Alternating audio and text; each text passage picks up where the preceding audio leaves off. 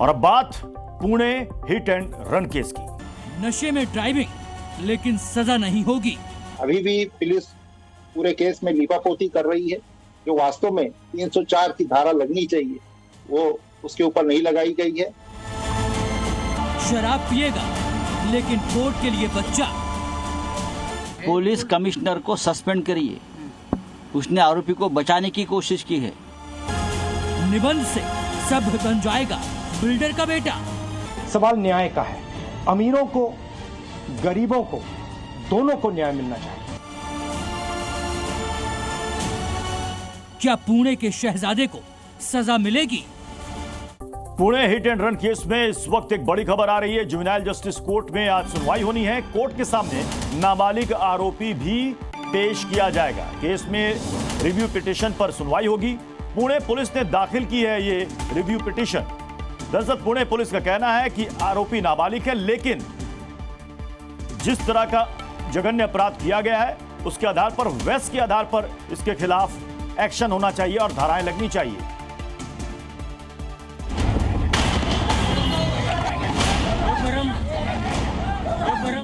दो परिवार पुणे में एक रईसजादे की अय्याशी का शिकार हो गए। वही एक था, हम लोगों का सहारा सब चीज का चला गया, हमारा सहारा छूट गया। अभी हमने छोटे भाई को ही पढ़ाता था। एक बिगड़ैल शहजादे ने रफ्तार के सुरूर में दो परिवारों के सपने चूर चूर कर दिए। वो बिना लाइसेंस की गाड़ी चला रहा है, वो भी इतनी हाई स्पीड में, और फिर लास्ट में उसको ये कहकर छोड़ दिया जाता है कि वो उसके ऊपर एक ऐसे लिख के आएगा। तो ये कोई मजाक नहीं चल रहा। मेरे भाई की जिंदगी के साथ ये बहुत बड़ा मजाक है।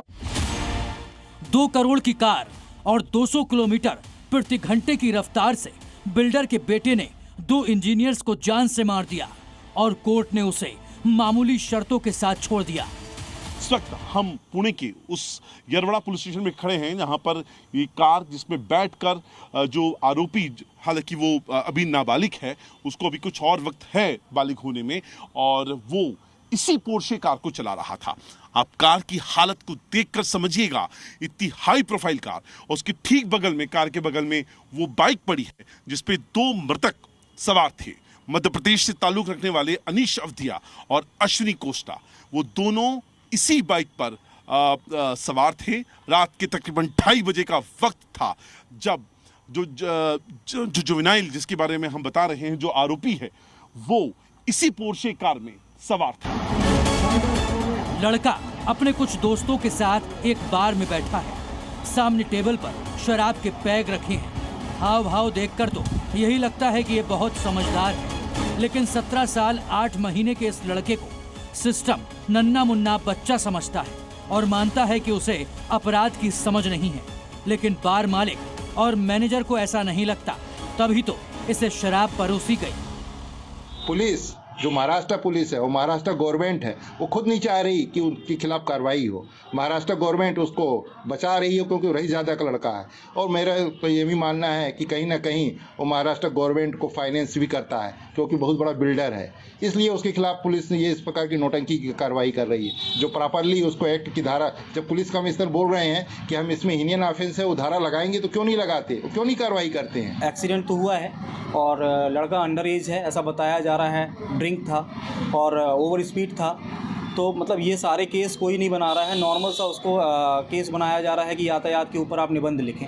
तो ये तो कोई बात नहीं होती कि यातायात के ऊपर निबंध लिख करके और किसी बच्चे को, मतलब 2 लोगों की जान जा रही है और उनको हम रिहा कर रहे हैं या बेल दे रहे हैं। दबाव बढ़ा तो महाराष्ट्र पुलिस एक्शन मोड में आई और आरोपी नाबालिग लड़के के बिल्डर पिता विशाल अग्रवाल के अलावा बार मालिक और मैनेजर को गिरफ्तार कर पुणे की स्पेशल कोर्ट में पेश किया गया, जहां से कोर्ट ने तीनों आरोपियों को 24 मई तक पुलिस कस्टडी में भेज दिया है। इसके अलावा पुलिस ने उस पब को भी सील कर दिया है जिसमें बैठकर नाबालिग लड़के ने शराब पी थी। साथ ही पुलिस इस केस में कानूनी संभावनाएं तलाशने का भी दावा कर रही है। हायर कोर्ट में अपील करने की है हमने, और हमें विश्वास है कि हमें फेवरेबल ऑर्डर मिलेगा। कहने का मतलब ये है कि जो जुवेनाइल जस्टिस एक्ट में ये जो सेक्शन 2 और सेक्शन 15 का प्रावधान है, इसको यूज करने के लिए हम पूरे पॉसिबल लीगल रेमेडीज को एक्सप्लोर कर रहे हैं और उसको हम यूज करेंगे। दरअसल पुणे पुलिस पर आरोप लग रहे हैं कि वो 2 लोगों की मौत के जिम्मेदार आरोपी नाबालिग को बचाने की कोशिश कर रही है। यही आरोप शिवसेना, उद्धव ठाकरे के सांसद संजय राउत और कांग्रेस नेता राहुल गांधी भी लगा रहे हैं। पुलिस कमिश्नर को सस्पेंड करिए, उसने आरोपी को बचाने की कोशिश की है।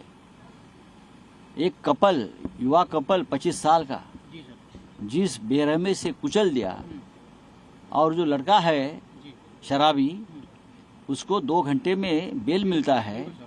हाँ, उसका रिपोर्ट मेडिकल नेगेटिव आता है। जो शराब पिया है वो वीडियो सामने है, कौन मदद कर रहा है?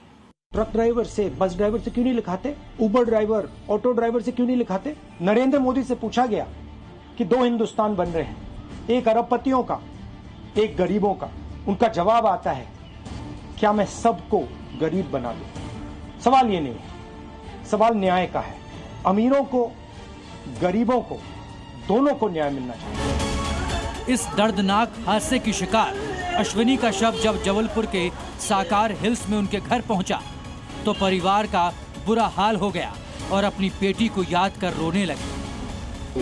ये संविधान है और संविधान में जो कानून पहले से बना हुआ है उसको अलग से तो लागू करने की जरूरत नहीं है, तो उसी के अनुसार कार्रवाई होनी चाहिए जिसमें आगे लोग सबक लें। परिवार और पॉलिटिकल प्रेशर के बाद महाराष्ट्र के उप मुख्यमंत्री देवेंद्र फडणवीस मीडिया के सामने आए और बताया कि पुलिस ने जुवेनाइल जस्टिस बोर्ड के सामने रिव्यू पिटीशन दाखिल की है और इस मामले में पीड़ितों को न्याय दिलाने की हर मुमकिन कोशिश की जाएगी। आपको न्याय नहीं मिलता तो आप वापस हमारे पास आइए। उस प्रकार से रिवीजन एप्लीकेशन पुलिस ने फाइल की है, उस पर सुनवाई चल रही है। शायद आज या कल में उस पर सुनवाई पूरी होगी, लेकिन वहां पर अगर न्याय नहीं मिला तो पुलिस जितना ऊपर जाना पड़े, पर इस मामले में निश्चित रूप से जब तक न्याय नहीं मिलता तब तक पुलिस कोर्ट के सारे दरवाजे या सारे रास्ते टटोलते रहेगी। इस केस में सिस्टम आरोपी को नाबालिग मानता है, भले ही 4 महीने बाद वो बालिग हो जाएगा, लेकिन अभी उसने जो किया सिस्टम के मुताबिक उसमें उसका कोई दोष नहीं है। लेकिन उन परिवारों का क्या जिनके बच्चों की जान 17 साल 8 महीने के एक नाबालिग ने ली और सिस्टम ने उस नाबालिग को बच्चा समझकर निबंध लिखने की सजा सुनाकर छोड़ भी दिया। पुणे से अंकुर त्यागी के साथ bureau report, Zee media. Pune hit and run case के बाद पुणे म्युनिसिपल कॉर्पोरेशन ने बड़ी कार्रवाई की है। पीएमसी ने कोरेगांव पार्क इलाके में वाटर्स एंड ओरिला पब के अवैध निर्माण पर बुलडोजर चलवा दिया। बुलडोजर के जरिए बिल्डिंग को ध्वस्त कर दिया गया। पब में नाबालिग का शराब पीते हुए वीडियो सामने आने के बाद पुणे के पब और बार अब सवालों के घेरे में, और इसी को लेकर म्युनिसिपल कॉर्पोरेशन ने अपनी कार्रवाई तेज कर दी है। तो यहां से पर संवाददाता अंकुर त्यागी की ये ग्राउंड रिपोर्ट भी देखिए।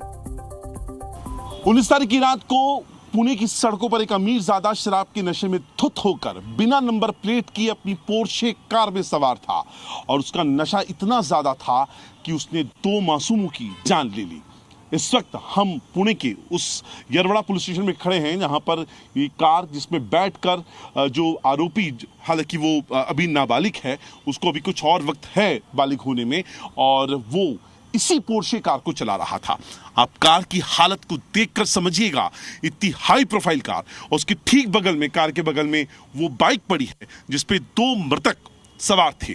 मध्य प्रदेश से ताल्लुक रखने वाले अनीश अवधिया और अश्विनी कोस्टा, वो दोनों इसी बाइक पर सवार थे। रात के तकरीबन 2:30 बजे का वक्त था जब जो जुवेनाइल, जिसके बारे में हम बता रहे हैं, जो आरोपी है, वो इसी पोर्शे कार में सवार था।